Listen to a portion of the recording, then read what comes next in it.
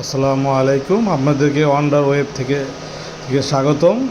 আমরা নতুন একটা ভিডিও নিয়ে এসেছি। এটা হলো জাতীয় পিঠা উৎসব। এবছর আমাদের পিঠা খাওয়া হয় নাই বলতে গেলে, তার জন্য চলে গেলাম শিল্পকলা একাডেমিতে। পিঠা উৎসব চলতেছে। আমরা বিভিন্ন ক্যাটাগরির পিঠা টেস্ট করছি, দেখলাম কিছু কিছু পিঠা ভালো, আর কিছু কিছু পিঠা দেখতে সুন্দর কিন্তু ভিতরে খুবই শক্ত শক্ত ছিল। এই বিভিন্ন কোয়ালিটি, বিভিন্ন স্টল। আর একটা মজার বিষয় হলো এবার প্রতিটা জেলা থেকেই বিভিন্ন বিভিন্ন স্টল আসছে, যার যার নামে। Mymensingh stall, Bhola stall, Faridpur stall, Dhaka stall. আমরাও কি দুই একটা পিঠা এর মধ্যে স্বাদ নিলাম। এর মধ্যে আবার গান হলো, আর মোটামুটি ভালোই ছিল সবগুলা।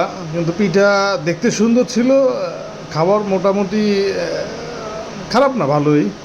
এই এটা হলো শিল্পকলা একাডেমি, সেগুনবাগিচা।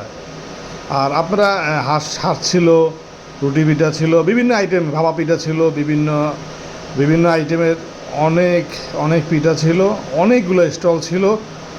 আপনারা সবগুলো স্টল দেখে ঘুরে পছন্দ মতন পিঠা খাইতে পারবেন। এই আমি আমার ফ্যামিলি নিয়ে গিয়েছিলাম। যেটা যেটা ভালো লাগলো আমরা টেস্ট করলাম। আর পিঠার এভারেজ প্রায় 50 টাকা, দামটা একটু বেশি।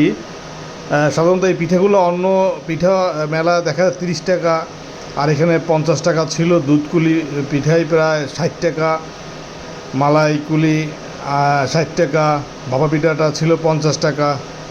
বিভিন্ন ভালোই, মানুষ খুব এনজয় করছে। ভালোই দিনটা পার করলাম, মানে সন্ধ্যাবেলা ঘুরলাম।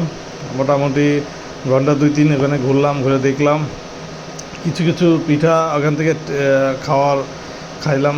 এবছর তো পিঠা খাওয়া হইলই না শীতে।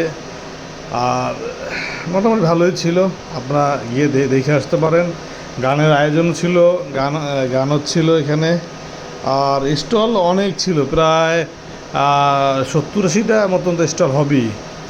আর সবচেয়ে ভালো ছিল মাদারীপুর ছিল, ময়মনসিংহ স্টলের পিঠা কিছু ভালো ছিল।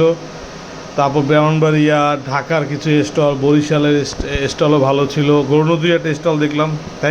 সবাইকে থ্যাংক ইউ সাথে থাকার জন্য। নতুন নতুন ভিডিও পাবেন ইনশাল্লাহ।